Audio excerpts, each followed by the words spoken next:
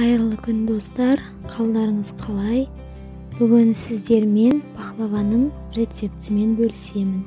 Міндетті түрде видеоны соңына дейін қараңыз. Каналыма тіркеліп, подписация батырмасын басып, лайк, коммент қалдыруды ұмытпаңыздар. Сіздермен Әйгерім Шынтемірқызы.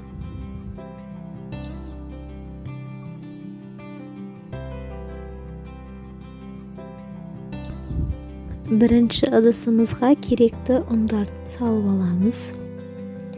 Одан кейін үстіне холодильникте тұрған сары майды салып, оны ұнға ауната отырып үккіштен өткіземіз. Міндетті түрде май холодильникте тұрған болуы тиіс. Достар, менің каналымда жұмсақ булочканың рецептісі бар.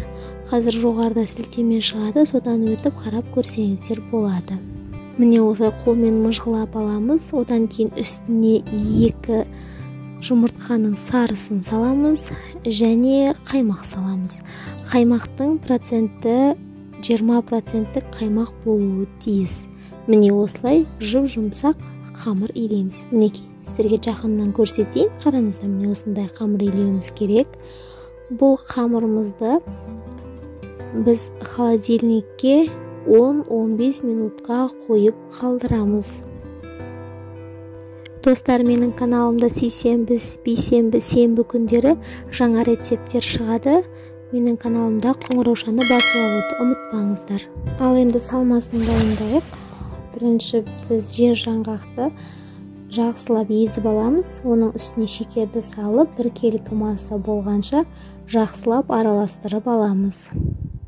Міне осылай дайын болады. Ал енді холодильниктен біз қамырымызды алып, оны бірнеше бөлікке бөлеміз. Мен 4 бөлікке бөлдім. Енді әрқайсысын дөңгелек формаға келтіріп, біртіндеп дөңгелек формада жайып шығамыз. Достар, менің каналымда сонымен қатар жұмсақ бауырсақтың рецептісі бар. Қазір жоғарыда сілтеме шығады, сол сілтемеден өтіп қарап көрсеңіздер болады. Міне осылай қамырдың әрқайсысын жеке-жеке оқтаудың көмегімен жайып шығамыз. Өте жұқа жайылуы тиіс. Қамырларды жайып болғаннан кейін біз противенді алып, противенді майласақ та майламасақ та болады. Міне осылай салып жайып шығамыз. Одан кейін арасына біз жаңағы дайындаған жер жаңғағымыз бен шекеріміз араласқан салманы салып шығамыз. Одан кейін үстіне келесі қамырды саламыз. Яғни бір-біріне қабат етіп салып шығамыз. Барлығы видеода анық көрсетілген. Достар, сонымен қатар менің каналымда сейсенбі, сенбі күндері жаңа рецепттер шығады. Міндетті түрде қапы қалмау үшін төмендегі қоңыраушаны басып алыңыздар. Барлығын осылай салып болғаннан кейін жан-жағын біріктіріп шығамыз. Енді үстіне жұмыртқаның сарысын жағып шығамыз. Жағып болғаннан кейін пышақтың көмегімен осылай барлығын бірнеше бөлікке бөлеміз.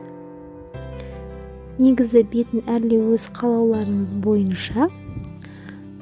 Менде жер жаңғақ өте аз болғандықтан күнжітпен әрлеп шықтым.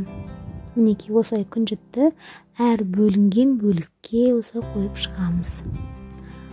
Барлығына қойып болғаннан кейін, яғни осыны біз жатып жатқан кезде пешімізді қыздырып қоямыз. 200 градуста 20-25 минуттай пісіріп аламыз. Мінекей біздің пахлавамыз дайын болды. Енді дастарханға кесіп ұсына берсеңіздер болады. Өте дәмді әрі бір жасағаннан сәтті шығатын рецепт. Міндетті түрде менің каналыма тіркелуді ұмытпаңыздар. Міне арасын бөліп көрсетейін. Өте ерекше әрі жұмсақ болып бөлінеді. Сіздерге жасап көруге кеңес беремін.